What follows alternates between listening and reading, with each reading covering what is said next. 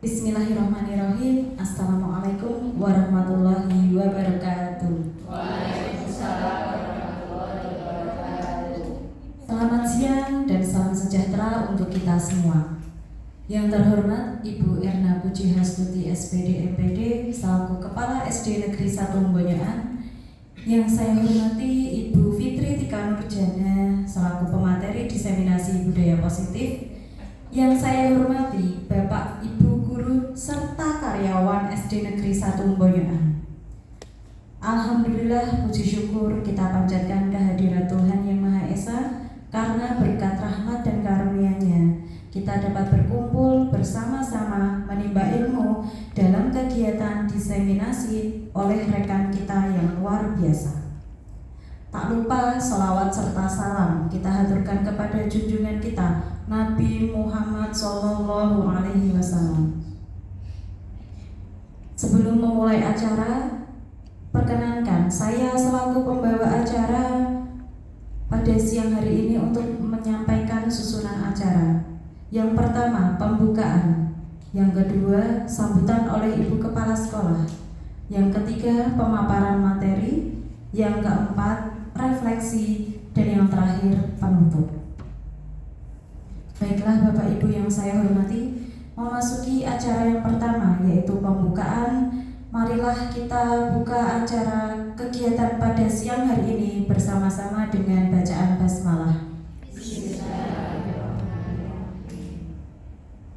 Bapak Ibu yang saya hormati, acara selanjutnya adalah sambutan dari Ibu Kepala Sekolah SD Negeri 1 Mbonyoan. Kepada beliau Ibu Erna Puji Hastuti SPD MPD, kami persilahkan. Terima kasih. Bismillahirrahmanirrahim.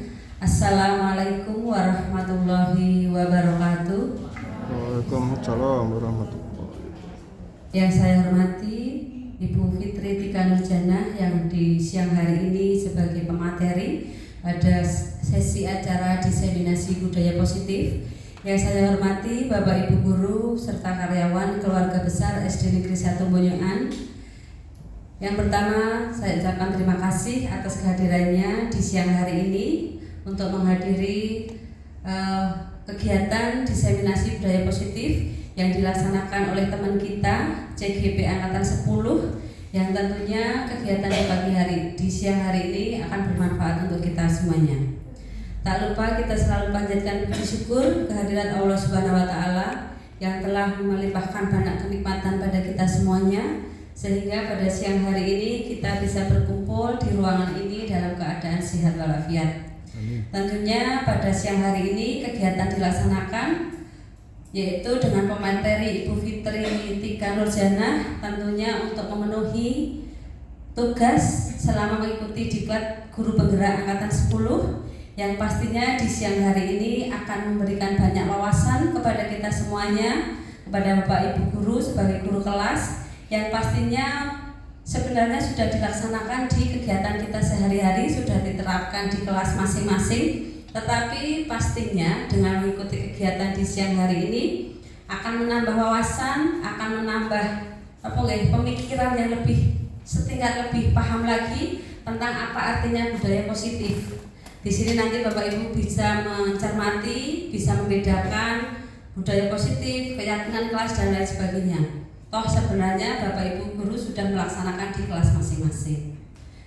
Tidak banyak yang saya sampaikan di siang hari ini. Tentunya kegiatan ini dilaksanakan untuk memenuhi kegiatan diklat calon guru penggerak Angkatan 10, yang tentunya saya berharap dengan keikutsertaan teman-teman di guru penggerak ini akan membawa sesuatu yang baru, akan menjadi suatu kemajuan untuk sekolah kita pastinya. Dan saya juga berharap dengan teman-teman yang sekarang sedang mengikuti kegiatan diklat CGP ini juga akan memotivasi teman-teman semuanya untuk bisa mengikuti program guru penggerak ini, yang pastinya banyak ilmu yang kita peroleh dari kegiatan program guru penggerak, yang pastinya nanti akan menjadi seorang guru yang lebih inovatif, lebih memahami kebutuhan belajar anak, dan pastinya akan membawa kemajuan untuk SD kita yang tercinta ini.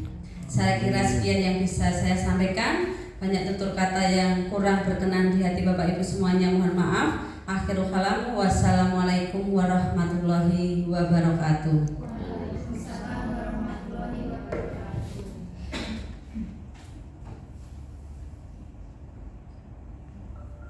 Terima kasih kepada Ibu Erna Pujihastuti yang telah memberikan motivasi serta dukungannya.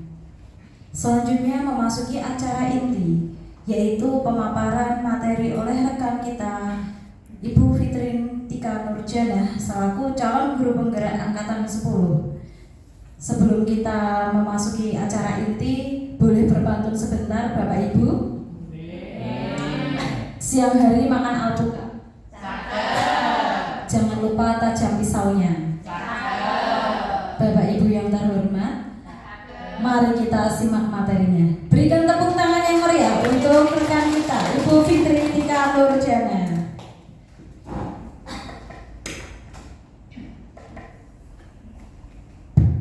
Oke, bismillahirrahmanirrahim. Assalamualaikum warahmatullahi wabarakatuh. Waalaikumsalam warahmatullahi wabarakatuh. Iya, di sini saya Fitri Tika Nurjana, CGP Angkatan 10 akan melakukan diseminasi modul 1.4 yaitu diseminasi budaya positif begitu. Next Bu. Oke. Nah, di sini saya mengucapkan selamat datang. Terlebih dahulu, selamat datang para guru hebat. Mari kita belajar bersama, berkolaborasi, saling mendukung demi mewujudkan disiplin positif di sekolah kita SD Negeri 1 Bonyoan yang tercinta. Itu ya. Jadi di sini saya minta kolaborasi sama teman-teman, terutama kepada Bu Erna selaku kepala sekolah untuk mendorong, menuntun kami, membersamai kami dalam menciptakan budaya positif di sekolah gitu. Tapi sebelumnya yang terhormat Ibu Erna Pujiastuti selaku Kepala Sekolah SDN 1 Bonyoan, yang terhormat Bapak Ibu rekan guru hebat dan Bu karyawan SD Negeri 1 Bonyoan. Di sini tak lupa yang pertama marilah kita panjatkan puji syukur atas kehadiran Allah Subhanahu wa taala yang telah memberikan kita rahmat dan hidayahnya sehingga kita dapat berkumpul di ruangan ini dalam keadaan sehat. Amin. Dan tak lupa sholawat beserta salam semoga selalu tercurah limpahkan untuk junjungan Nabi besar kita Nabi Muhammad Sallallahu Alaihi Wasallam yang akan kita nantikan syafaatnya di yaumil akhir nanti. Oke. Selanjutnya di sini saya mengucapkan terima kasih dulu kepada Bapak Ibu guru semuanya yang sudah meluangkan waktu di sela-sela sibuknya, banyaknya kegiatan yang harus terlaksana, tapi alhamdulillah masih bisa menyempatkan waktu untuk mengikuti kegiatan diseminasi ini. Masih semangat Bapak Ibu semua? Kayaknya agak loyo deh. Oke, kita ice breaking dulu ya. Untuk menumbuhkan semangat dan gak sepaneng, kita ice breaking dulu. Boleh minta waktunya untuk berdiri semuanya biar melonggarkan otot-otot kita juga.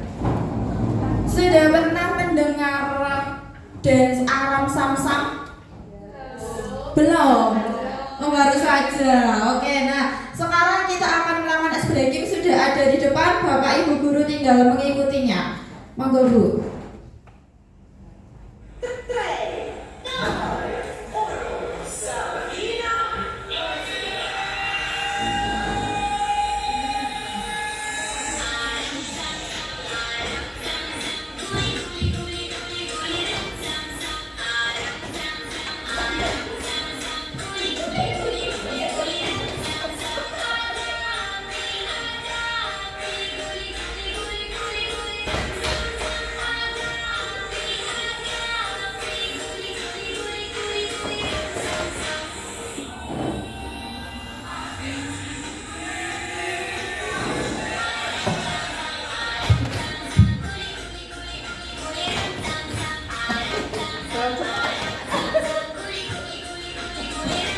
Agak cepat ya gerakannya ya.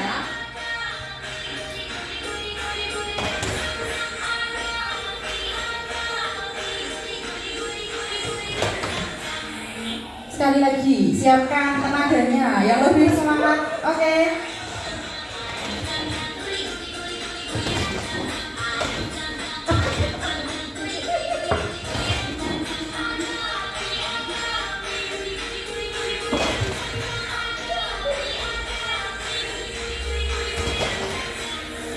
Oke, beri tepuk tangan untuk kita semua.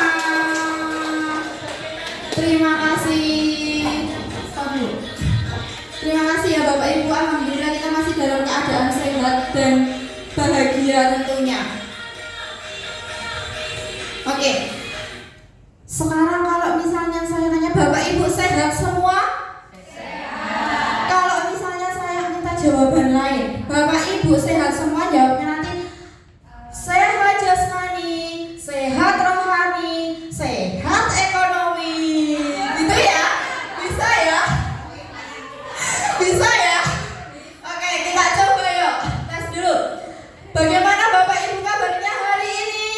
Sehat jasmani, sehat rohani, sehat ekonomi. Tepuk tangan untuk semuanya. Oke, semoga selalu dalam keadaan sehat baik jasmani, rohani, dan ekonomi tentunya. Gitu ya. Oke, next Bu.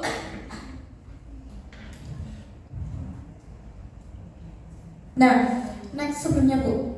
Nah, di sini konsep utama yang akan saya paparkan di desiminasi ini ada beberapa hal. Yang pertama adalah perubahan paradigma belajar. Yang kedua ada disiplin positif. Yang selanjutnya ada kebutuhan dasar manusia. Ada motivasi perilaku manusia, posisi kontrol guru, keyakinan, dan segitiga restitusi. Nanti kita akan kupas satu persatu. Yang pertama, pembelajaran dengan paradigma baru.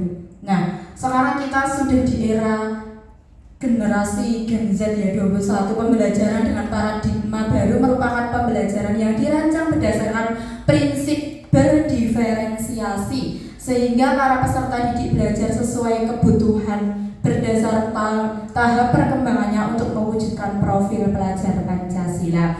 Bapak Ibu tentunya sudah tidak asing ya dengan profil pelajar Pancasila. Ada beberapa elemen yang ada di dalam profil pelajar Pancasila. Yang pertama ada ya, beriman dan bertakwa kepada Tuhan Yang Maha Esa. Ada berkebinekaan global, gotong royong, kreatif, benaran kritis, dan mandiri. Sudah biasa kita nyanyikan bersama anak-anak di pagi hari? Sudah, alhamdulillah. Oke, next Bu. Selanjutnya. Nah, sekarang di sini duduknya berpasang-pasangan. Saya minta berpasangan dua-dua. Bu Yani sama Pak Danang. Bu Yani sama Pak Danang. Saya mau berpasang-pasangan. Nah, di sini ada coba buka. Nah, Anda dan teman Anda akan melakukan kegiatan cobalah buka. Anda adalah A. Tugas Anda adalah mengepalkan salah satu tangan. Coba Anda bayangkan bahwa Anda menyimpan sesuatu yang sangat berharga di dalam kepalan tangan Anda. Anda perlu menjaga benda tersebut sekuat tenaga karena Anda tahu begitu pentingnya kehidupan Anda. Tugas rekan yang lain pasangannya adalah mencoba dengan segala cara untuk membuka kepalan tangan. Teman Anda yang B itu boleh membujuk, menghardik, mengintimidasi, memarahi, menggoda, menggelitik, apapun. Silakan dilakukan agar si A itu nanti bisa membuka kepalan tangannya. Nah, sekarang nanti Bapak sama Ibu silahkan lakukan. Yang satu berperan sebagai A dan yang satu berperan sebagai B. Silahkan diberi waktu 30 detik. Nanti ada beberapa yang menyampaikan.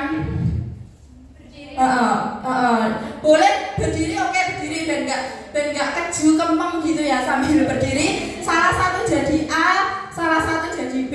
Di sini misalnya ada Bu Tri sama Bu Ani. Bu Tri sebagai A-nya, berarti Bu Tri itu mengepal, benar-benar mengepal, menggenggam sesuatu yang sangat berharga untuk dirinya. Bu Ani memaksa, Bu Pian yang diapakan, di kapak-kapak nih, begitu. Maka boleh teman-teman yang lain berdiri, silahkan berpasangan, cari pasangannya.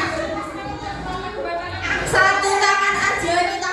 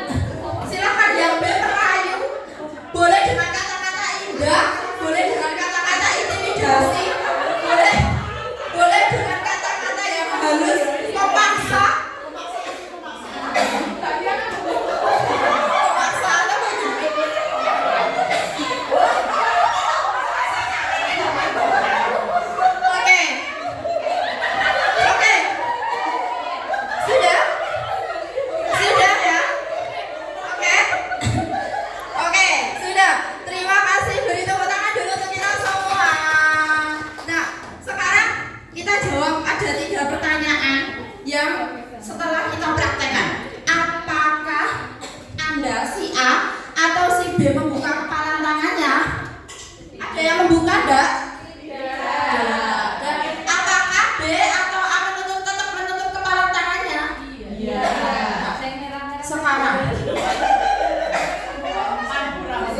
Nah, kalau begitu sekarang kita lanjut ke pertanyaan ketiga. Dalam kegiatan ini sesungguhnya siapa yang memegang kendali atau kontrol untuk membuka atau menutup kepalan tangan? Ya, betul, diri sendiri. Kita diri sendiri yang mampu mengontrol apa yang akan kita buat, apa yang akan kita lakukan itu adalah diri kita sendiri. Kita tidak bisa mengontrol orang lain, begitupun orang lain juga tidak bisa mengontrol diri kita. Begitu ya. Sampai sini paham ya tentang kontrol diri? Oke, lanjut Bu. Paradigma teori kontrol atau ilusi kontrol berdasarkan William Glasser. Nah, di sini pada dasarnya kita tidak dapat memaksa murid untuk berbuat sesuatu jikalau murid tersebut memilih untuk tidak melakukannya. Walaupun tampaknya guru sedang mengontrol perilaku murid. Hal demikian terjadi karena murid sedang mengizinkan dirinya dikontrol. Saat itu, bentuk kontrol guru menjadi kebutuhan dasar yang dimiliki murid tersebut. Teori kontrol menyatakan bahwa semua perilaku memiliki tujuan, bahkan terhadap perilaku yang tidak disukai. Oke. Ilusi bahwa semua penguatan positif, efektif, dan bermanfaat. Yang kedua, penguatan positif atau bujukan adalah bentuk-bentuk kontrol. Segala usaha untuk mempengaruhi murid agar mengulangi suatu perilaku tertentu adalah suatu usaha untuk mengontrol murid tersebut dalam jangka waktu tertentu. Kemungkinan murid tersebut akan menyadarinya dan mencoba untuk menolak bujukan kita, atau bisa jadi murid tersebut tergantung pada pendapat guru untuk berusaha. Ilusi yang ketiga adalah ilusi bahwa kritik membuat orang merasa bersalah dapat menguatkan karakter. Oke. Di sini menggunakan kritik dan rasa bersalah untuk mengontrol murid menuju pada identitas gagal. Mereka belajar untuk merasa buruk tentang diri mereka. Mereka mengembangkan dialog diri yang negatif. Kadangkala sulit bagi guru untuk mengidentifikasi bahwa mereka sedang melakukan perilaku ini, karena seringkali guru cukup menggunakan suara halus untuk menyampaikan pesan negatif. Ini haram untuk guru ya, gagal ibaratnya gitu. Kita nggak boleh di sini. Selanjutnya ilusi yang terakhir adalah ilusi bahwa orang dewasa memiliki hak untuk memaksa.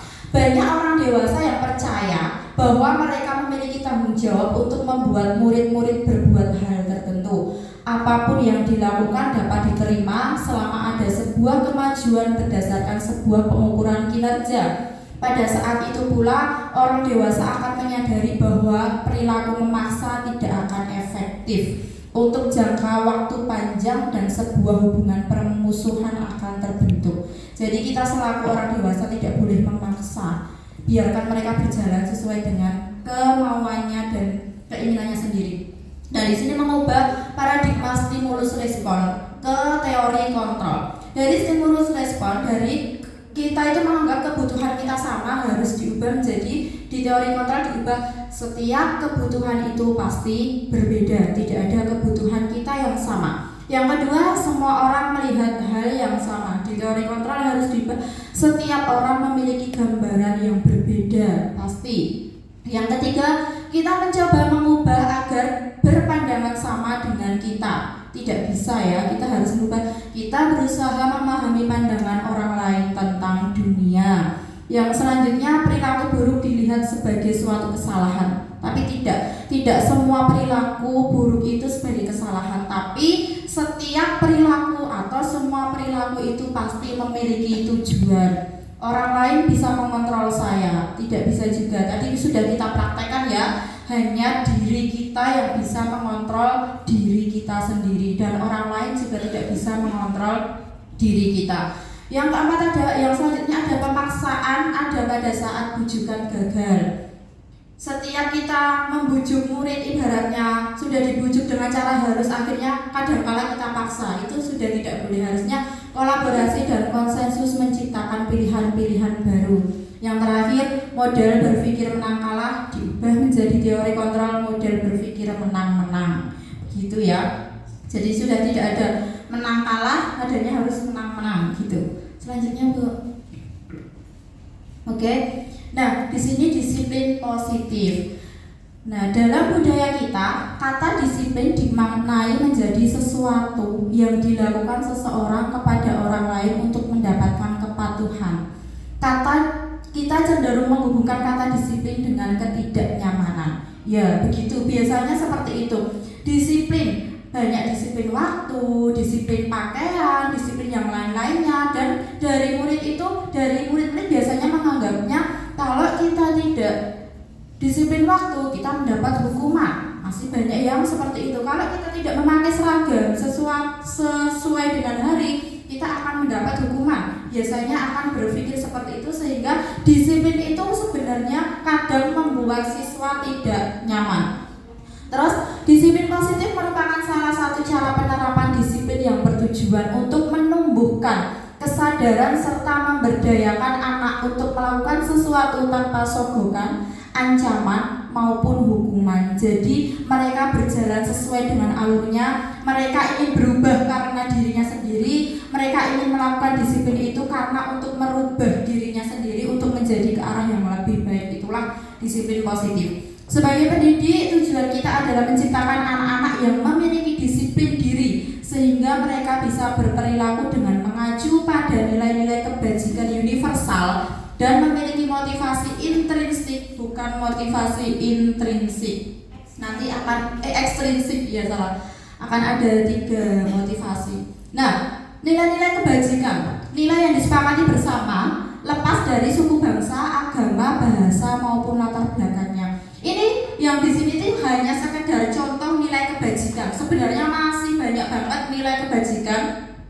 Ini saya mengambil beberapa contoh nilai kebajikan institusi atau organisasi. Yang pertama adalah profil pelajar Pancasila, sudah sangat tidak asing lagi di telinga kita. Tadi ya ada 6 elemen tadi.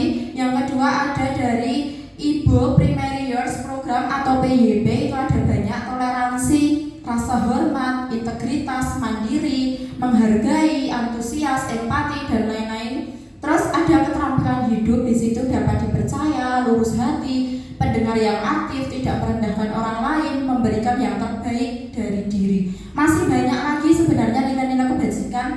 Nanti bisa kita pelajari bersama setelah ini juga. Next, Bu. Oke, di sini ada kebutuhan dasar manusia. Setiap manusia itu pasti memiliki kebutuhan, dan kebutuhan dasar itu adalah kebutuhan yang harus dipenuhi terlebih dahulu, yang harus kita dapatkan, yang harus kita inginkan, gitu ya. Kebutuhan dasar manusia, segala sesuatu yang kita lakukan untuk mendapatkan apa yang kita inginkan. Seluruh tindakan yang kita lakukan memiliki tujuan tertentu, dan semua usaha terbaik yang kita lakukan adalah dalam rangka agar kebutuhan dasar kita terpenuhi dengan baik juga. Nah, di sini ada kebutuhan dasar manusia. Ada 5 kebutuhan dasar manusia. Kita lihat yang ada di lingkaran tengah itu adalah kebutuhan yang paling pertama, bertahan hidup atau survival, yaitu ada papan, sandang, pangan, dan kesehatan. Yang kedua ada love and belongs atau kasih sayang dan rasa diterima. Di situ ada rasa diterima, dipedulikan, berbagi, kerjasama, menjadi bagian dari kelompok lain. Ada juga power atau penguasaan. Di situ ada harga diri, keinginan untuk dianggap, memimpin, berprestasi, diakui, didengar. Ada juga freedom atau kebebasan, yaitu ada mandiri, memilih pilihan, mencoba hal baru, mampu mengendalikan arah dirinya. Dan yang terakhir itu ada fun atau kesenangan, itu ada bermain, humor, antusiasme, dan tertawa. Itulah 5 kebutuhan dasar dari kebutuhan dasar manusia. Next, selanjutnya, Bu. Nah, di sini ada, kita coba lagi. Nanti silahkan ada yang berpendapat. Di sini Ibu Ani, guru kelas 1 di SD Permata. Nanti guru kelas 1 boleh menyuarakan ya? Ia sedang bingung menghadapi ulah salah satu muridnya bernama Agus. Beberapa anak telah datang dan mengeluhkan Agus yang seringkali meminta uang saku atau bekal makan siang mereka dengan paksa. Nah, di sini jika Anda menghadapi situasi seperti Bu Ani, apa yang akan Anda lakukan? menurut Anda kira-kira apa alasan Agus melakukan hal itu? Itu tadi disambungkan sama slide sebelumnya tentang kebutuhan dasar manusia. Guru kelas 1 bisa menyuarakan. Guru kelas 1 di sini ada siapa saja? Ada Bu Win, ada Bu Lia, sama ada Putri. Pakai humpin Pak atau silakan. Biasanya kalau sama anak-anaknya itu, ayo siapa yang berani maju? Gak usah ditunjuk. Nah sekarang coba lah kita ganti yang praktekan ke guru kita ya. Gak usah ditunjuk, silakan tunjuk jari, suarakan pendapatnya. Harus bagaimana jika sebagai Bu Ani gitu. Monggo guru kelas 1. Tujuh. Ada yang tetap ya? Nggak ada jawaban yang salah, semua jawaban itu benar kan? Oke, Putri Bu. Putri nanti lanjut Bu Win. Oke, Bu. Baik, terima kasih atas waktu yang diberikan untuk saya. Benar sekali Bu Tika, kalau di kelas 1 sering sekali menemui kasus seperti ini. Kalau yang pertama saya lakukan ya bertanya langsung kepada muridnya dulu kenapa. Kadang ada yang mungkin orang tuanya sibuk tidak membawakan bekal seperti itu. Tapi kalau masalah makan mungkin kebanyakan oh ya ora apa-apa, berbagi kayak gitu. Itu seperti itu Bu. Kalau solusi pertama nggih saya tanyai dulu ya. Seperti itu. Oke, terima kasih kepada Putri. Beri aplaus dulu untuk Putri. Selanjutnya Bu Win. Siapa tahu jawabannya berbeda. Monggo disuarakan suara yang berbeda. Eman kalau tidak dikeluarkan. Sebelumnya, Bismillahirrahmanirrahim. Assalamualaikum warahmatullahi wabarakatuh. Ya, saya sependapat dengan apa yang barusan disampaikan oleh Ibu Tri Murwati. Yang pertama kali memang kita harus menanya dulu latar dari kenapa murid itu melakukan minta makanan atau uang secara paksa kepada anak. Terus kemudian setelah itu kita mengkonfirmasikan keadaan itu kepada orang tua. Kenapa anak itu bisa meminta makanan atau uang saku anak tersebut? Setelah itu kita memberi nasihat kepada anak jangan mengulangi hal tersebut karena itu juga bisa menjadikan kebiasaan yang kurang baik. Terus untuk selanjutnya jika tidak ada perubahan ya kita menanyakan lagi apakah anak itu mempunyai problem atau seperti ingin menguasai kelas, ibaratnya seperti itu. Mungkin itu yang bisa saya sampaikan, ada salahnya mohon maaf. Wassalamualaikum warahmatullahi wabarakatuh. Waalaikumsalam warahmatullahi wabarakatuh. Terima kasih Bu Win, luar biasa jawabannya. Ya, terima kasih Putri dan Bu Win. Ya, benar sekali. Saya tadi menggarisbawahi dari jawaban Putri, mungkin anak tidak bawa bekal, dan Bu Win mungkin menguasai. Oke, next kita lanjut jawabannya. Jadi dari teori 5 kebutuhan dasar manusia tadi, Agus itu ingin memperolehnya semua dari kasus meminta makanan atau uang saku. Yang pertama untuk bertahan hidup, survival. Di situ Agus merasa lapar dan orang tuanya tidak membawakan bekal. Sepakat di sini? Sepakat. Oke. Yang kedua freedom, kebebasan. Di sini Agus merasa bosan dengan bekal yang dibawakan orang tuanya karena bekalnya yang selalu sama. Sekarang saya tanya sama Bapak Ibu guru hebat, kalau misalnya kita setiap hari makannya hanya mie terus atau nasi sama telur atau nasi sama tempe terus gitu, bosan enggak? Bosan. Jadi kita juga ingin bebas memilih makan lauk apa begitu. Itu masuk ke freedom. Yang ketiga ada fun atau kesenangan. Di sini Agus hanya iseng dan dia menikmati ekspresi wajah temannya yang kesal. Ada anak yang seperti itu? Ada, pasti ya. Yang keempat ada power, dia merasa hebat karena temannya jadi takut dan menuruti keinginannya. Begitu?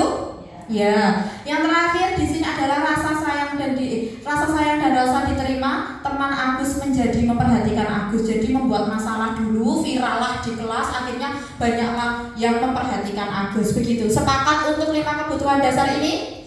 Sepakat. Oke, selanjutnya Bu. Di sini ada motivasi perilaku manusia. Nah, motivasi merupakan dorongan yang timbul pada diri seseorang secara sadar atau tidak sadar untuk melakukan suatu tindakan dengan tujuan tertentu. Motivasi itu ada dua, yaitu motivasi ekstrinsik dan motivasi intrinsik. Motivasi ekstrinsik itu jelas datangnya dari luar diri kita, sedangkan yang intrinsik adalah datangnya dari dalam diri kita. Yang motivasi ekstrinsik itu ada dua, yaitu menghindari ketidaknyamanan atau hukuman. Jadi akan ada muncul pertanyaan, apa yang akan terjadi jika saya tidak melakukannya? Nah, dia si anak itu melakukan itu jika hanya karena takut mendapat hukuman, itu dari luar, jadi tidak muncul dari dalam diri. Yang kedua, mendapatkan imbalan atau penghargaan dari orang lain. Akan di sini ada pertanyaan, apa yang akan saya dapatkan bila saya melakukannya? Gitu. Jadi ada, misalnya saya melakukan suatu hal, nanti dapatnya apa? Misalnya saya mengerjakan tugas dengan baik, saya dijamin apa, Bu? Bisa seperti itu.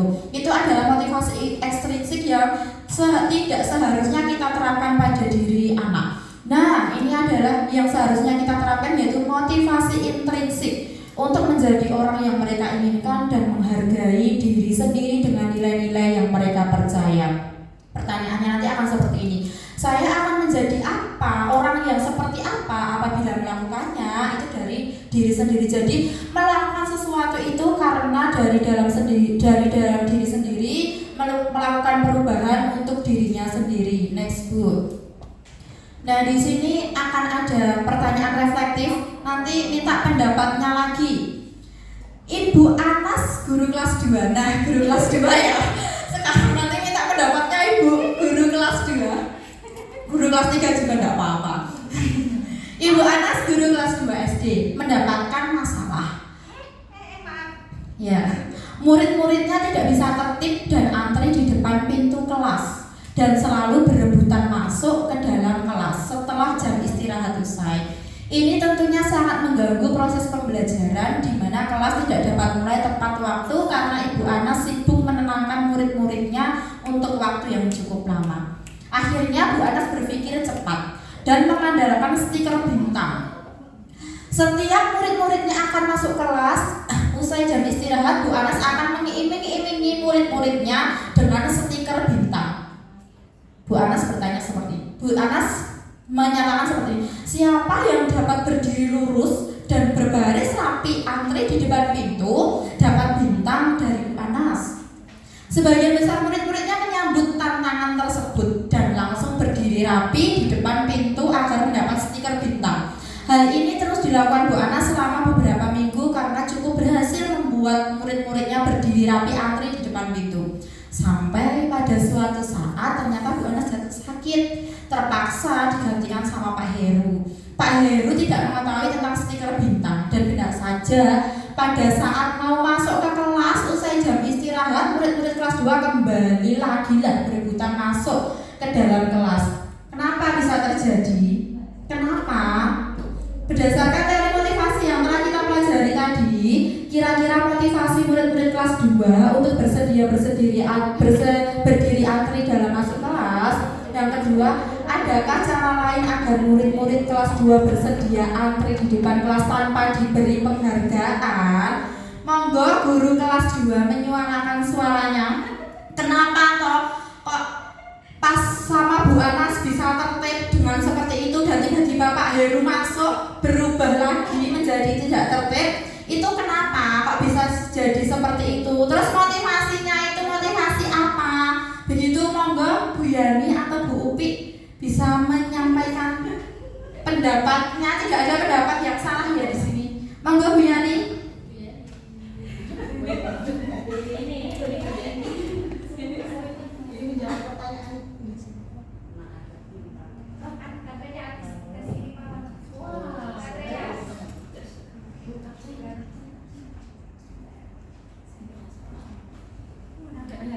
Bismillah. Ini menjawab pertanyaan nomor 1 dan 2 ya Bu Tika? Menurut saya dari cerita Bu Anas tadi, Bu Anas itu menerapkan motivasi eksternal pada anak-anak, yang yaitu dengan memberikan stiker bintang agar anak-anak itu mau antri dengan tertib tertib dan siapa yang mau antri dengan tertib akan mendapatkan stiker. Tapi pas waktu Bu Anas tidak masuk, anak-anak akan kembali seperti semula dengan berebutan. Anak-anak itu sudah karena tadi Bu Anas sudah memberikan motivasi eksternal yaitu berupa stiker bintang. Jadinya ketika Bu Anas itu tidak masuk, anak-anak akan kembali lagi. Nah, menurut saya seharusnya Bu Anas itu memberikan motivasi internal kepada anak. Jadi menanamkan agar anak itu sadar dengan diri sendiri, sadar dengan sendirinya bahwa antri itu merupakan memang harus ditanamkan sejak dini, karena meskipun kita berebut atau antri itu sama-sama juga akan mendapatkan barang yang kita pengen beli seperti itu. Jadi menurut saya itu lebih serunya seharusnya Bu Anas tadi menerapkan motivasi intrinsik kepada anak sehingga anak sadar dengan sendirinya. Mungkin seperti itu Bu Tika. Oke, terima kasih, beri aplaus untuk Bu Yani terlebih dahulu. Oke. Nah, benar sekali. Dari dua teori ekstrinsik dan intrinsik tadi, untuk kasus Bu Anas ini tadi ada dua ya teman-teman, yang ekstrinsik, ada yang jika saya melakukannya, jika saya tidak melakukannya, bagaimana saya itu masuk ke takut karena hukuman. Kalau Bu Anas ini berarti masuk ke yang kedua, jika saya melakukannya, apa yang akan saya dapatkan? Begitu ya, itu masuk ke ekstrinsik. Betul. Jadi motivasi ekstrinsik. Adakah cara lain agar murid-murid kelas 2 bersedia?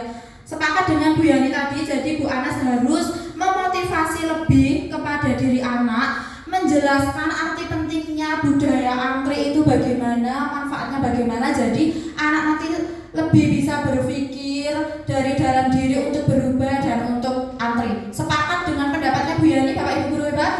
Sepakat. Oke, next Bu. Next Bu. Oke. Nah, di sini ada hukuman, konsekuensi, restitusi. Nah, kenapa ada hukuman, konsekuensi, restitusi? Adakah yang sudah pernah mendengar?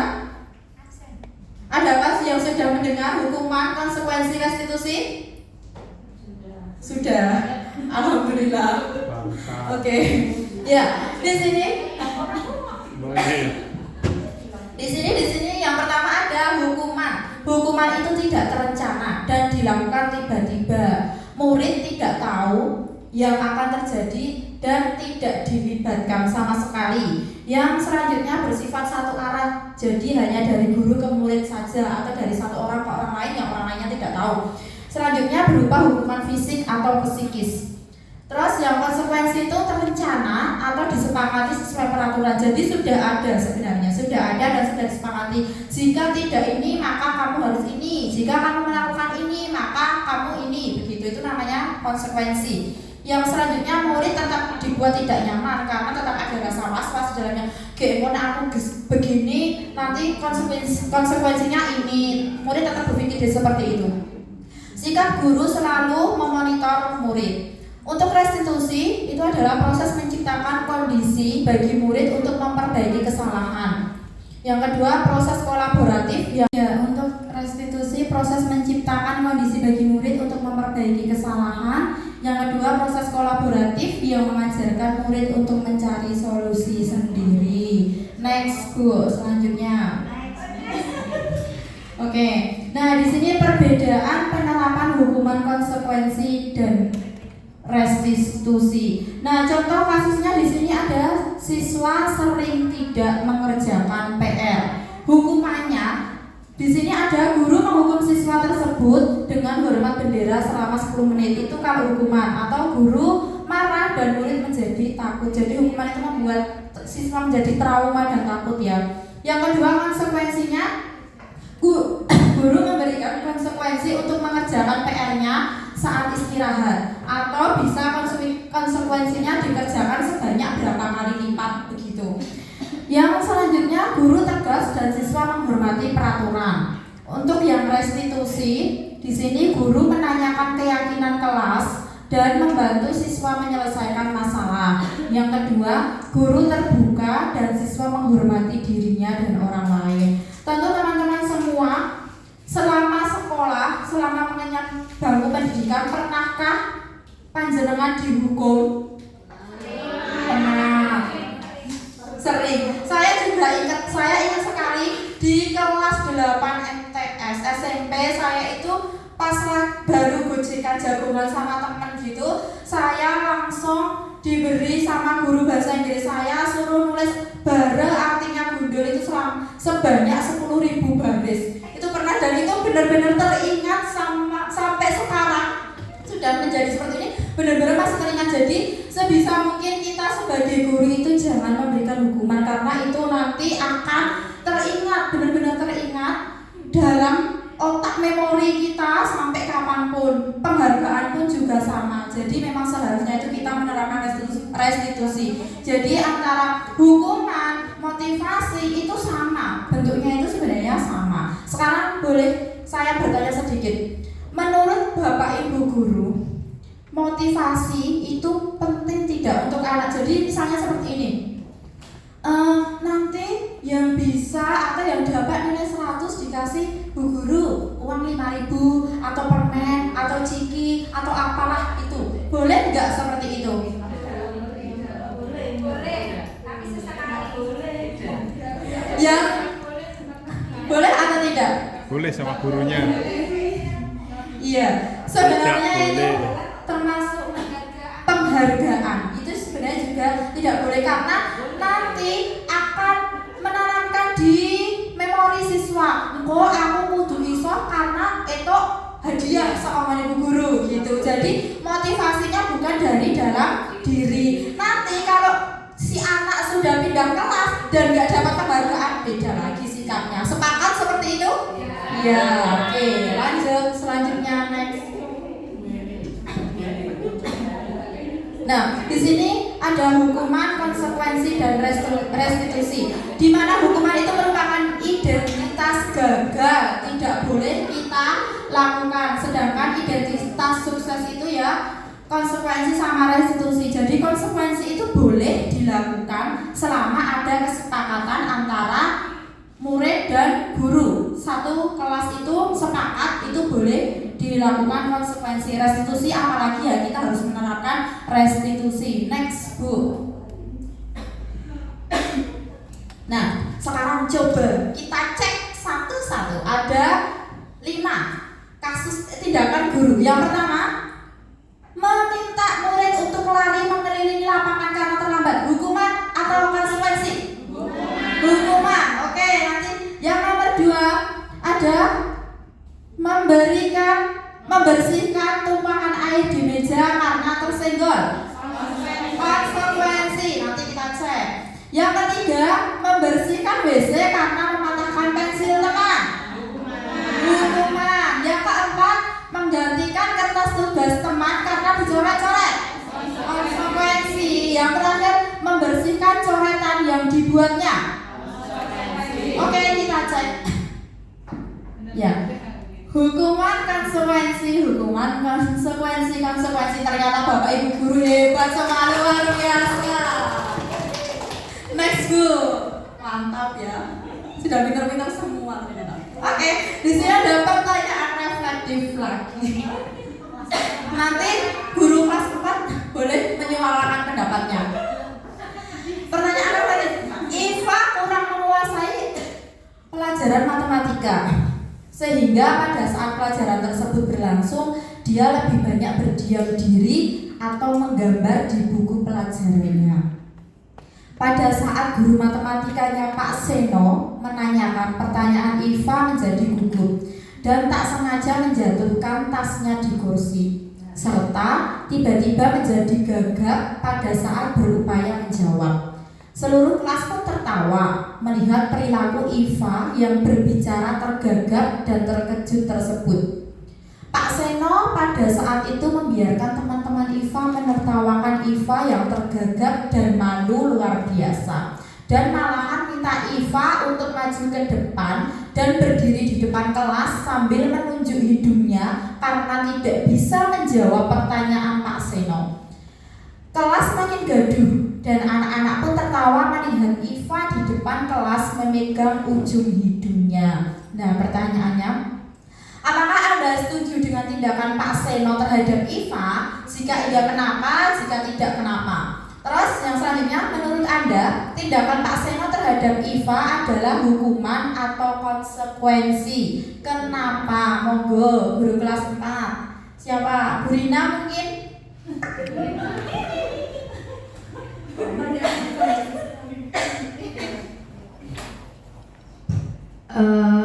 Saya mencoba untuk menjawabnya.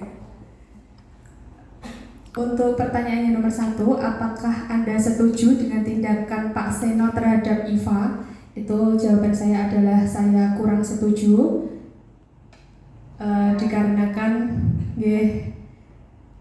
mungkin Pak Seno harus mengadakan refleksi diri, mengapa siswa sampai ketika pembelajaran matematika itu si anak malah asik menggambar, mungkin kegiatan pembelajarannya kurang menarik seperti itu. Untuk yang nomor 2, menurut saya tindakan Pak Seno itu terhadap Iva adalah sebuah hukuman, dikarenakan hukuman tersebut menimbulkan efek, mungkin seperti yang dijelaskan Bu Tika tadi, akan menimbulkan efek trauma, malu, dan akan diingat seumur hidup Iva. Terima kasih. Oke, ya. Terima kasih. Luar biasa jawaban dari Bu Rina. Iya. Bapak Ibu, sekarang saya tanyakan pada teman-teman semua, adakah yang setuju dengan tindakan Pak Seno terhadap Iva? Tidak, iya. Benar sekali. Jadi Pak Seno itu jadi penghukum ya di sini. Kita belum masuk ke sana, tapi di sini sebagai penghukum. Tidak boleh sudah membuat gugup ditambah membuat malu. Jadi anak itu benar-benar trauma dengan bisa jadi kedepannya anak nanti di saat jam pelajarannya Pak Seno akan tidak masuk atau selalu izin. Itu membuat rasa trauma dan rasa takut terhadap anaknya. Nah, di sini adalah 5 posisi kontrol. Tadi pertanyaan yang kita kaitkan di sini. 5 posisi kontrol guru. Yang pertama ada penghukum, yang kedua pembuat merasa bersalah, yang ketiga ada pemantau, yang keempat ada teman, dan yang kelima ada manajer. Di sini penghukum dan pembuat merasa bersalah itu identitas gagal, nggak boleh sebenarnya dilakukan sebagai seorang pendidik, itu tidak boleh. Next Bu, nanti kita pelajari bersama-sama. Nah, di sini 5 posisi kontrol restitusi. Yang pertama adalah penghukum. Itu biasanya kata-katanya seperti ini: patuhi aturan saya, atau awas, kamu selalu saja salah. Nah, begitu. Yang kedua, membuat merasa bersalah. Ibu sangat kecewa sekali dengan kamu. Biasanya begitu. Gimana coba kalau sampai orang tua kamu tahu? Nah, itu kan anak membuat jadi ngerasa bersalah. Oh iya ya, saya bersalah ya melakukan ini ya, gitu. Anak berpikir dan merasa sangat apa yang sudah dilakukannya itu salah, benar-benar salah. Jadi di situ posisi kontrol guru membuat merasa bersalah. Yang ketiga ada teman. Nah, posisi teman di sini biasanya dilakukan yang biasa sering kita lakukan. Ayo bantulah demi Bapak ya, biasanya seperti itu. Ayolah. Kata-kata yang dimulai dengan ayolah itu biasanya posisi kontrol sebagai teman. Dan yang selanjutnya ada pemantau. Pemantau itu biasanya seperti ini: apa yang telah kamu lakukan, sanksi atau konsekuensinya apa, gitu. Jadi kita memantau saja, mengingatkan anak jika melakukan kesalahan itu ditanyakan, kalau kamu seperti ini, konsekuensinya seperti ini.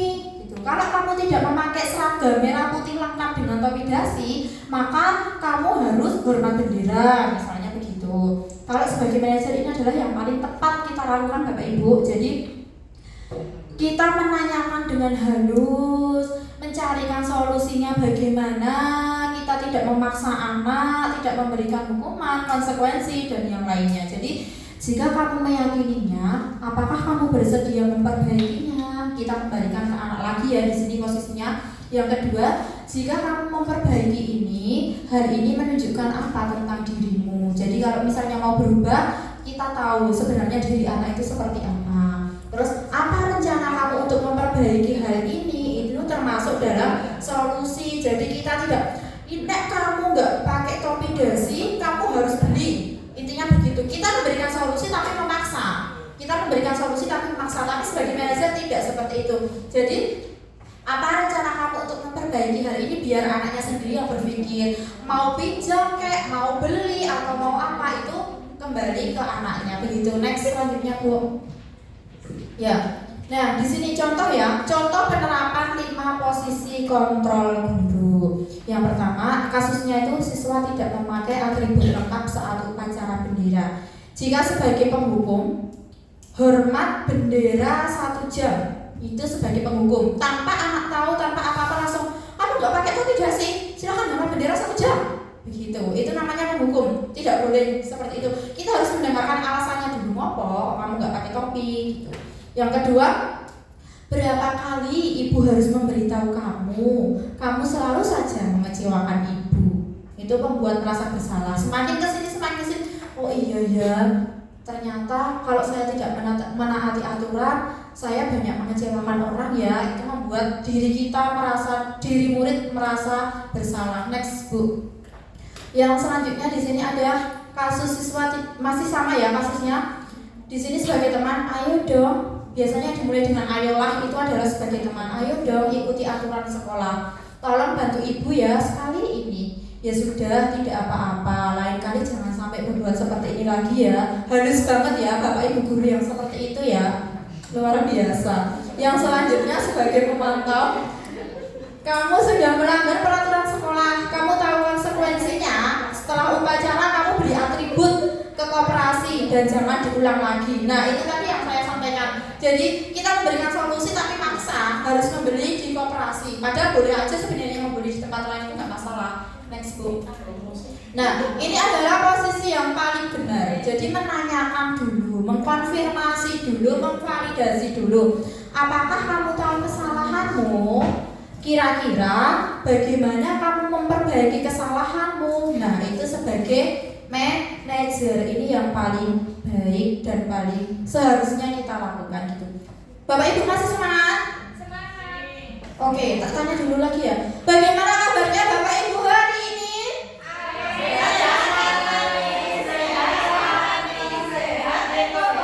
Sekali lagi, nggak kompak ada yang masih jawab alhamdulillah luar biasa. Oke, bagaimana kabarnya Bapak Ibu hari ini? Sehat jasmani, sehat rohani, sehat ekonomi. Oke, terima kasih. Nah, di sini akan ada pertanyaan lagi. Kita cek satu-satu yang belum menyuarakan, silahkan suaranya dikeluarkan pokoknya. Oke, di sini posisi kontrol apakah aku? Saya kecewa sekali dengan kamu. Coba Bu Heni, ini posisi kontrol yang mana? Kecewa, Membuat merasa bersalah. Oke. Membuat merasa bersalah, sepakat? Sepakat. Coba cek jawabannya next. Iya, saya kecewa sekali dengan kamu. Nah, itu pembuat merasa bersalah. Oke, plus buat Bu Heni, betul. Nggak diberi apresiasi apa-apa ya, meskipun betul nggak diberi apresiasi apa-apa. Tepuk tangan saja. Yang kedua, posisi kontrol apakah aku? Kamu tidak pernah benar melakukannya. Coba, Bulia, apa Bulia? Hukuman.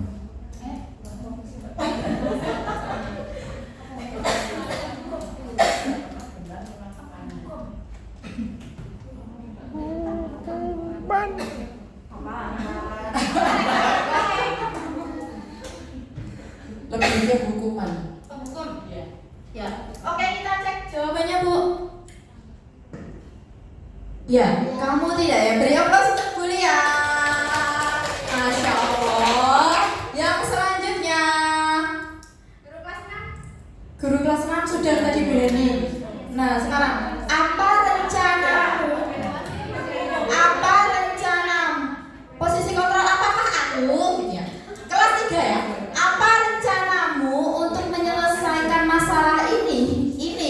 Coba cek Pak Danang. Pak Danang, ayo monggo.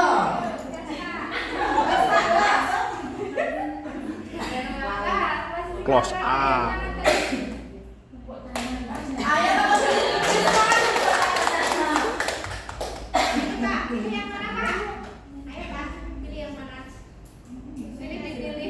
Manajer.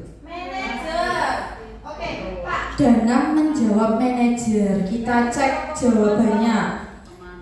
Manajer atau bukan? Cek Bu. Itu tadi Bu. Yang tadi Bu. Apa rencanamu? Nah, ya. Tepuk tangan untuk Pak Danang. Yang selanjutnya. Posisi kontrol apakah aku? Ayolah, lakukan demi Ibu. Barisan sini tadi belum ada. Coba Bu Ani, coba Bu Ani. Sebagai teman. Teman, maksud.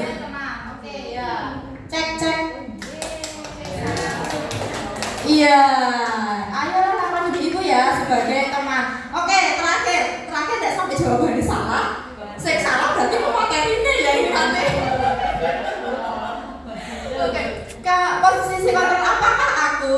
Kamu tidak pernah mendapat nilai jika tidak mengerjakan tugas. Spesial untuk partner saya ya, Bu Hanja. Ayo Bu Hanja, tolong suaranya Bu Hanja.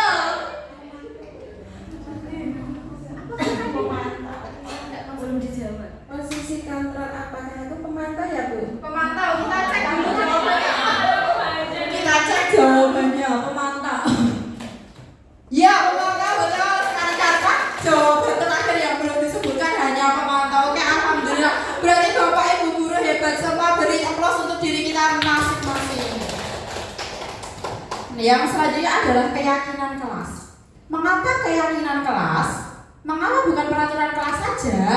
Mengapa? Next Bu.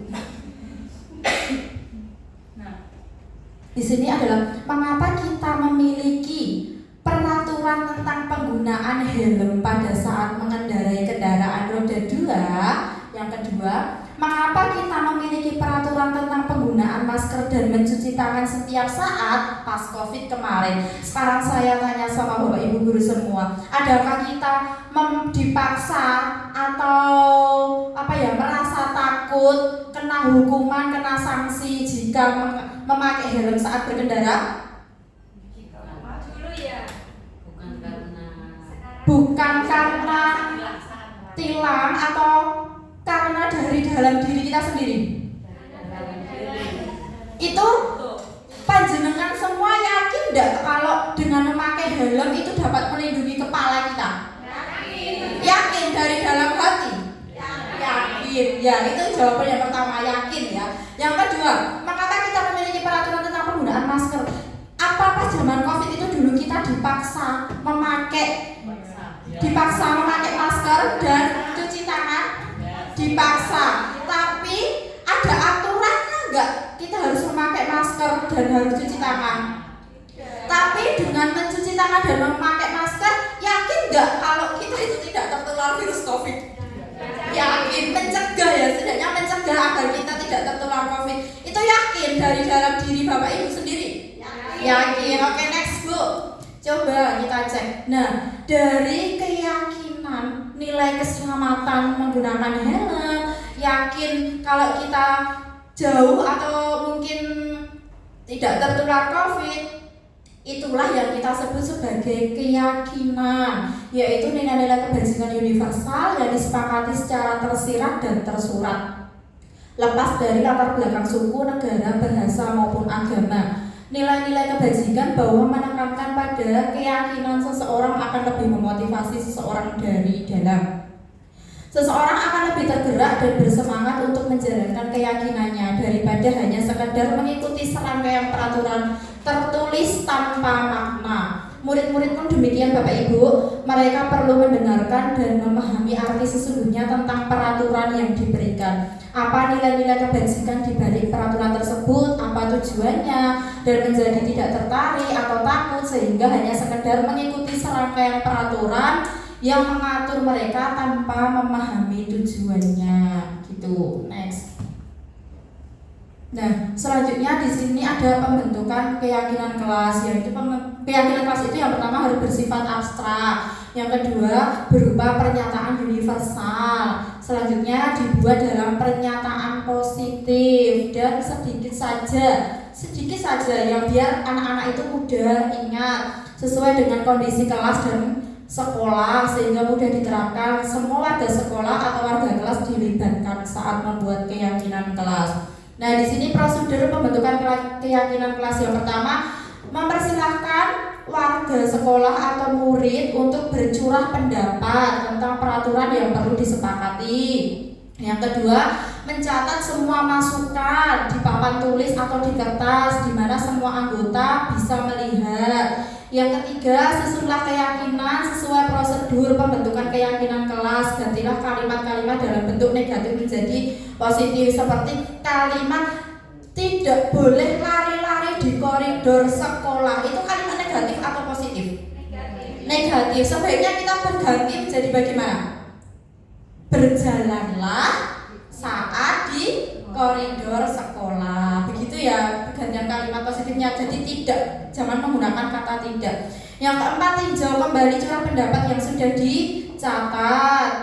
Boleh diganti ya. Jadi itu nanti kan masih bersifat pernyataannya banyak banget. Itu nanti contohnya berjalan di kelas, dengarkan guru, datanglah tepat waktu, berada di bawah satu payung, yaitu saling menghormati, atau nilai kebajikan hormat. Yang kelima, tinjau ulang keyakinan sekolah kelas secara bersama-sama. Keyakinan kelas bisa 3-7 saja, nggak banyak-banyak, biar lebih mudah diingat, dipahami, begitu dan dijalani. Setelah keyakinan sekolah selesai dibuat, silakan ditempelkan dan boleh ubah sewaktu-waktu begitu. Nah, ini contoh keyakinan kelas. Kami guru dan siswa kelas 5B meyakini untuk yang pertama, bekerja sama dalam menjaga kebersihan.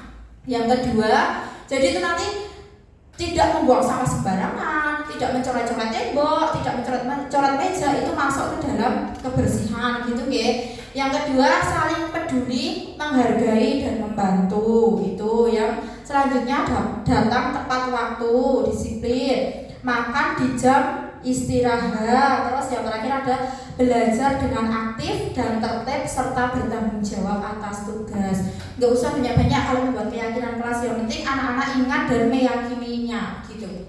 Next Bu. Nah, di sini ada segitiga restitusi. Kemarin sempat sama anak itu suruh mengucapkan restitusi, itu sulitnya, masya Allah, sulit sekali hanya mengucapkan restitusi itu ternyata ya kalau kita sering mendengar otomatis akan bisa gitu. Nah, segitiga restitusi itu adalah suatu proses dialog yang dijalankan oleh guru agar dapat menghasilkan murid yang mandiri dan bertanggung jawab. Tahap segitiga restitusi itu ada 3.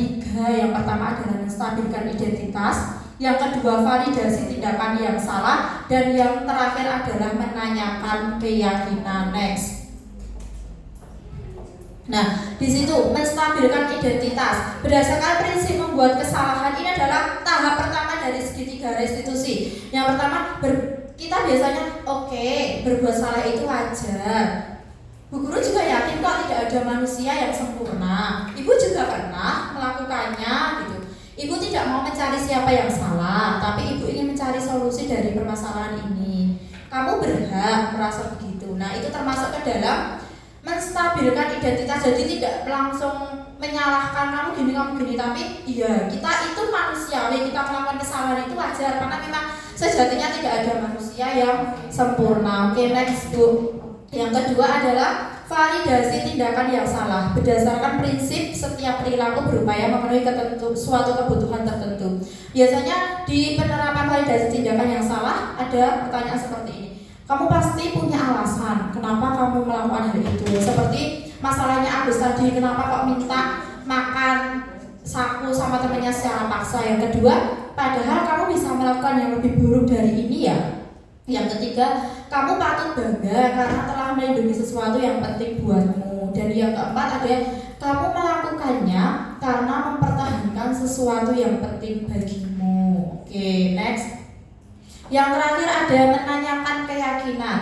Berdasarkan prinsip teori kontrol bahwa pada dasarnya kita termotivasi secara intrinsik tadi ya, jadi kita harus menanamkan dari dalam diri kita motivasi intrinsik, jangan ekstrinsik, jangan kita bekerja, kita apapun itu mengharapkan sesuatu atau karena takut sesuatu.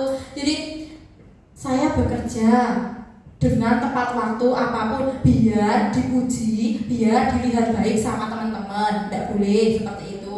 Atau saya datang tepat waktu, saya tidak pernah terlambat karena takut nanti kalau misalnya saya sering terlambat, absen saya, presensi saya jadi banyak bolongnya, akhirnya dipanggil, itu juga tidak boleh. Itu motivasi ekstrinsik. Jadi kita harus menanamkan motivasi intrinsik. Nah, biasanya apa keyakinan kelas kita, nilai apa-apa yang telah disepakati bersama, seperti apa gambaran kelas yang ideal menurut kamu, kamu ingin menjadi orang yang seperti apa. Nah, kita tanyakan kembali ke siswa. Jadi biarkan murid itu mencari solusinya sendiri, biarkan mereka berpikir. Jadi kita tidak memaksakan sebuah solusi, biarkan mereka cari solusinya sendiri. Next, Bu.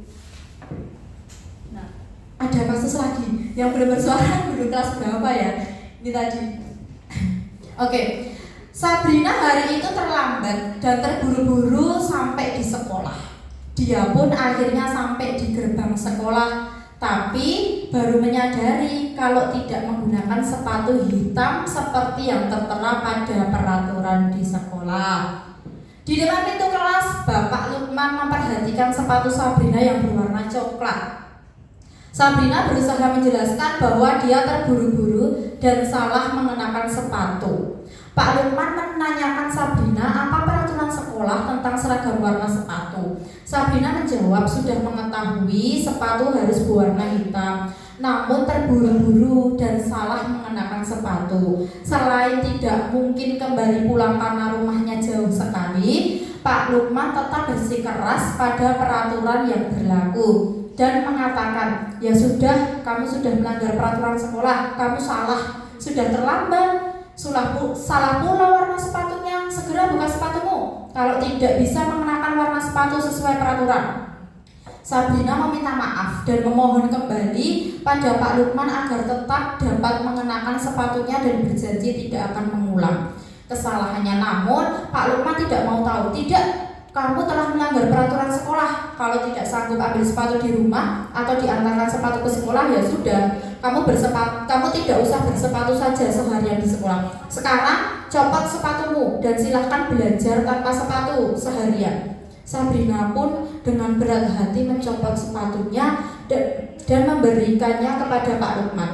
Seharian dia tidak berani berkeliling sekolah karena malu dan lebih banyak berdiam diri di kelas tanpa alas sepatu. Next, Bu. Nah, di sini ada pertanyaannya. Nggak usah pertanyaan langsung aja.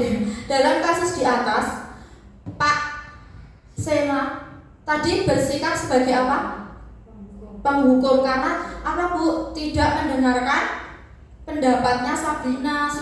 Jadi langsung pokoknya gelem, kamu gak usah pakai sepatu, dan membuat Sabrina malu. Sehingga kalau Sabrina malu, dia di dalam kelas hanya dia karena gak pakai alas kaki, membuat rasa trauma yang ada pada diri Sabrina. Bisa jadi Sabrina menjadi dendam. Nah, dalam kasus tersebut posisi yang dapat diambil oleh Pak Lukman adalah sebagai penghukum. Indikatornya adalah Pak Lukman memberikan hukuman yang tidak sesuai. Yang kedua, Pak Lukman tidak memberikan kesempatan meskipun Sabrina memberikan penjelasan atau alasan kenapa dia terlambat. Padahal sudah menjelaskan kenapa kok terlambat, karena terburu-buru, akhirnya salah menggunakan sepatu, tapi tidak didengarkan sama sekali sama Pak Lukman begitu. Nah, Pak Lukman sebagai pemantau bersikeras menerapkan aturan di situ. Aturan ya tetap aturan, tidak boleh dilanggar begitu.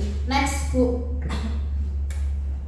Nah, selanjutnya, bila Pak Lukman mengambil posisi seorang manajer, kira-kira apa yang akan dikatakannya? Pertanyaan-pertanyaan seperti apa yang akan diajukan ke Sabrina kalau sebagai manajer? Jadi sebagai manajer itu memvalidasi dulu tindakannya. Misalnya bertanya, mengapa kamu terlambat? Dengarkan dulu, kenapa kok bisa terlambat? Mengapa sepatu yang kamu pakai warna coklat sedangkan aturannya itu harus berwarna hitam?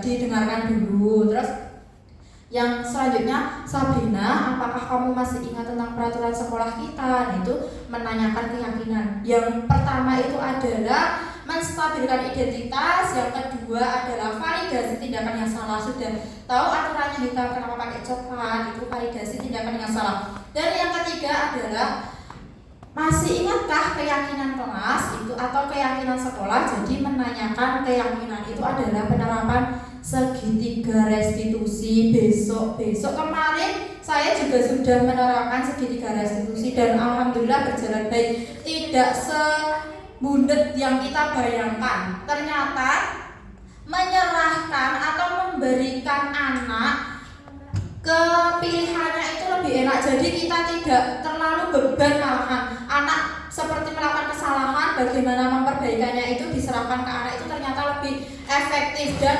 karena dari diri anak sendiri, anak-anak bisa lebih bertanggung jawab di situ. Oke, next.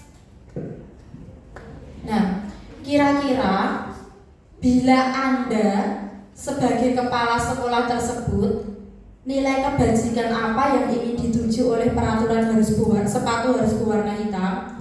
Coba, nilai kebajikan itu banyak banget, disiplin, tanggung jawab, sopan, santun. Itu adalah nilai-nilai kebajikan. Nah, sekarang di sini yang pertanyaan pertama, coba boleh menyampaikan pendapatnya. Kira-kira bila Anda sebagai kepala sekolah, nilai kebajikan apa yang ingin dituju oleh peraturan harus berwarna hitam? Kita garis bawah yang harus berwarna hitam itu apa ya? Mungkin ada yang mau menyampaikan pendapatnya? Nilai kebajikan apa harus berwarna hitam? Ada? Kerapian, oke. Terus ada lagi mungkin? Ya boleh kerapian, kedisiplinan, keseragaman. Nah itu adalah nilai kebajikan. Yang kedua, bagaimana Anda menyikapi langkah yang diambil Pak Lukman mengenai kasus tersebut? Setuju nggak dengan apa yang dilakukan Pak Lukman? Setuju? Kurang setuju. Saya kira setuju karena udah waktunya pulang ya.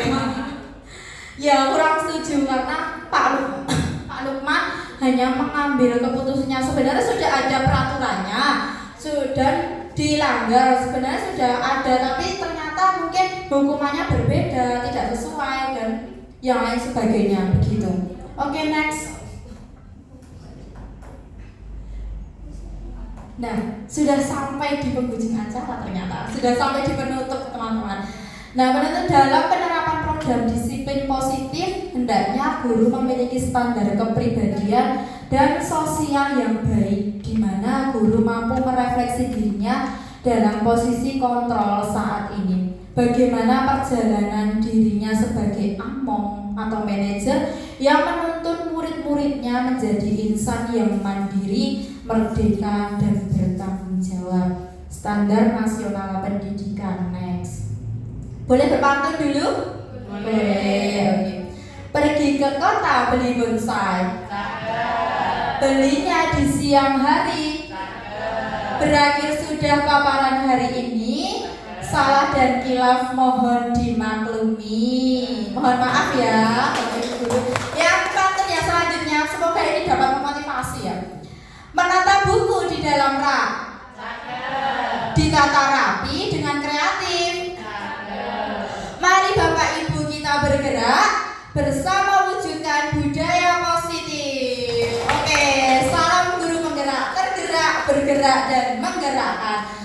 Mungkin cukup itu dari saya. Bila apa yang saya sampaikan dalam diseminasi budaya positif ini banyak kata, sikap yang tidak berkenan di hati Bapak Ibu semua, saya pribadi mohon maaf yang sebesar-besarnya.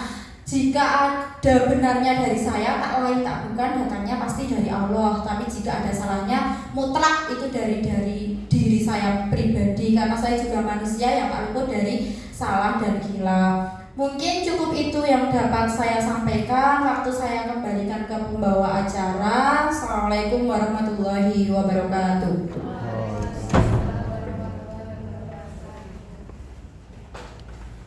Baiklah, sekali lagi berikan tepuk tangan yang meriah Bapak Ibu untuk pemateri kita hari ini. Terima kasih kepada Ibu Fitri Tikan Nurjana yang telah memberikan pengetahuan tentang budaya positif dan semoga bermanfaat untuk kita semua. Beranjak pada acara selanjutnya, sesi refleksi bisa dilanjutkan Bu Tika. Sedikit refleksi ya Bapak Ibu guru hebat. Refleksinya hari ini saya cuma minta sebutkan satu kata tentang diseminasi hari ini. Satu kata saja, satu kata ya. Asik, seru dan lain sebagainya. Urut dari Putri, nanti tag-nya tak arahkan ke Bapak Ibu gitu ya. Satu kata saja refleksi untuk diseminasi pemahaman dan penerapan pengalaman budaya positif hari ini. Oke, yang pertama Putri. Positif. Positif. Masya Allah, positif. Alhamdulillah. Alhamdulillah, positif. Ya, yang sudah disebutkan sama temennya nggak boleh disebutkan lagi ya. Oke, Putri positif. Kita beri selamat dulu sama Putri. Oke, selamat ya. Yang kedua Bu Ani. Restitusi. Bu Yani. Keyakinan. Keyakinan. Oke, Pak Dana.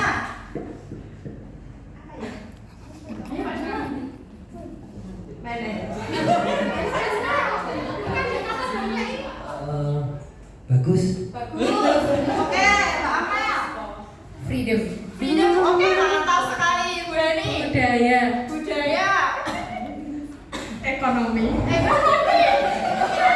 Sehat ekonomi ya. Tergerak. Teman. Oke. Menggerakkan. Menggerakkan. Siap. Manajer. Manajer. Siap. Motivasi. Motivasi. Oke. Dan yang terakhir saya minta satu refleksi dari Bu Kepala Sekolah kita tercinta. Apa Bu Erna, monggo? Mantap. Mantap, Masya Allah. Ya, terima kasih teman-teman untuk refleksi hari ini. Semoga dapat menambah wawasan Bapak Ibu guru hebat semua. Begitu ya, terima kasih Bu Risma. Baik Bapak Ibu, menginjak ke acara yang terakhir yaitu penutupan. Alhamdulillahirrahmanirrahim. Kegiatan diseminasi pada siang hari ini telah berjalan lancar. Dan terima kasih kepada seluruh hadirin, Bapak Ibu serta staf karyawan SD Negeri 1 Bonyaan yang telah meluangkan waktu untuk mengikuti kegiatan diseminasi hari ini. Nah, baik Bapak Ibu, semoga kegiatan ini dapat membawa perubahan yang baik, perubahan yang positif kepada untuk SD kita tercinta ini.